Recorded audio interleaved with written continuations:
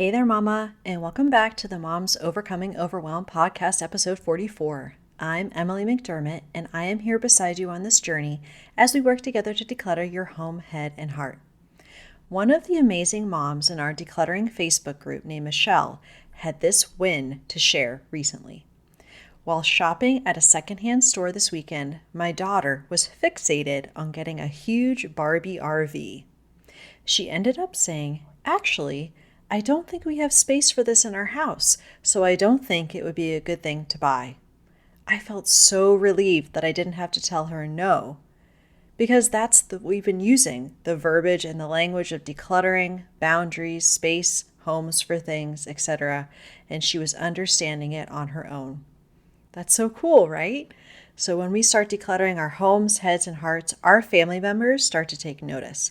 And even at a young age, kids can understand the why behind decluttering, and it can teach them many important values and life skills. So today, we are going to dive into 8 values that decluttering can teach our kids, and they're important reminders for us as well. So what do you say? Grab that notebook and pen, and let's dive into today's episode. Hey there, Mama. Are you tired of all the stuff crowding your home, calendar, and mind? Do you wish you could say goodbye to the endless to-do list running around in your head? Want to declutter but don't know where to start? You're in the right place. Welcome to Moms Overcoming Overwhelm, where you will find proven and practical solutions to declutter your home, head, and heart. Hi, I'm Emily, a wife, boy mom, and simplicity seeker. I struggled to get pregnant and felt overwhelmed until I discovered decluttering could create the physical and emotional space I needed to become a mom. Now, 2 kids later, I've transformed my life and motherhood by developing simple systems around decluttering, capsule wardrobes, kid stuff, cleaning and tidying, meal planning, time management, and more, and I can't wait to share them with you. If you're ready to reclaim the time and energy you crave, be present with your kids, and finally enjoy the life and motherhood you so deserve, let's kick overwhelm to the curb, shall we? Grab your lukewarm coffee, your notebook and pen, and clear off some counter space. Let's do this. So I recently had the joy of doing a virtual decluttering session with my friend Jessica. She needed help with her kids' books, and in 1 hour, we were able to make a massive difference. This is what she had to say about our session. "My bookshelves were overflowing, not to mention we had books in multiple other locations, and in an hour, I was able to sort and donate an entire trash bag full of books. Having Emily help along the way was so encouraging and motivating to tackle the space that I had been putting off for far too long.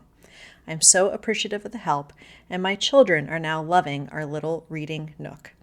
This makes me so incredibly happy. If you are frustrated with the state of your kids' playroom, your arts and crafts materials, your clothing, you name it, and you want a cheerleader who is also going to walk you through exactly what you need to do step by step, let's hop on a short call to see if I can help you. Pretty sure I can, but we just want to make sure, right? So you can check out today's show notes for more information. And remember, you can always join in our free decluttering challenges in the Facebook group. Go to tinyurl.com/moms overcoming overwhelm to learn more. Okay, Mama, I don't know about you, but I am constantly thinking about what values I'm passing down to my kids. We want to launch patient, kind, loving, cooperative children into the world eventually, right? But parenting and guiding our children is incredibly hard. I'm sure I don't have to tell you that. Maybe you have kids that want to hold on to everything. And if so, you can listen to episode 18 all about what to do about this issue. And you want to show them the value of decluttering, but it seems impossible. We need to make sure we are modeling the behaviors that we want to see in our kids. And this goes for decluttering, right? It means our shopping behaviors, what we're bringing into our home, as well as what we decide to let go of because it's no longer serving us. So when we're modeling a life where experiences are more important than things, where we're living in alignment with the values we say are important to us, even if it goes against the culture around us, there's so much that our children can learn and take with them into adulthood. So today we're going to dive into these 8 values that decluttering can teach our kids, because once we see decluttering is more than just getting rid of stuff in our home, but as a learning opportunity for our kids, the experience becomes much more meaningful. Okay, let's start with value number 1, generosity. When we know what is no longer serving us can be a way to bless others. We can be generous with what we no longer use or need. And kids can embrace this value at a young age by giving their unused toys, books, and clothing to other kids that don't have as much as they do. I love donating to local churches, my kids' preschool, or even my local Buy Nothing group because my kids can see and sometimes even meet the actual people that their donations are helping. They're able to make that connection between generosity of the physical things they have and then translate that into generosity of spirit that allows them to better relate with others around them. So value number 2 is the other side of that generosity coin, gratitude. And we know as adults that gratitude is so important so that we can remember what is truly important to us, what matters most, and to see the abundance in what we already have. So you can listen to episode 15 to learn more about scarcity and abundance mindset. But when it comes to our kids, when they're less focused on getting the newest, latest, and greatest things, they can be grateful for what they already have, and then they're more likely to be generous, see value number 1, with what they no longer need. So it's really a win-win. Okay, value number 3 is a biggie. The importance of boundaries. Now, as parents, we're always teaching our kids boundaries about things like personal space or how they're treating others, maybe their extracurricular activities, like you can only do one sport a season, for example, their screen time, their finances, and so forth. But by teaching them that there's limited space for physical things is important as well. In their bedrooms, in the playroom, or other areas of the home where they have things, you can designate a certain space for toys, books, stuffed animals, clothes, and so forth. You can listen to episode 6 all about this. It's called the container concept. They fill that designated space, that designated boundary, with what they use and love first. Anything that doesn't fit in that designated space has to be donated or thrown out. Or, pro tip, you can put it in an out of sight, out of mind bin for 30, 60, 90 days to see if they miss it. Boundaries show kids how limits keep them safe and happy, but also give them freedom to make choices within that boundary. Okay, moving right along to value number 4 on our list, confidence. The prevailing culture, especially in the United States, is that of consumption, of having more, doing more, of being constantly busy, keeping up with the Joneses, and so forth. A simpler, more minimal, and decluttered lifestyle is countercultural. We have to build confidence in the path that we're taking, that we know is in alignment with our values, rather than constantly comparing ourselves to others.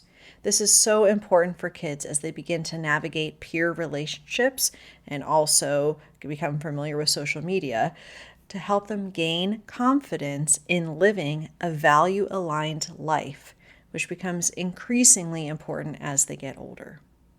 Value number 5 is similar to confidence. It's courage.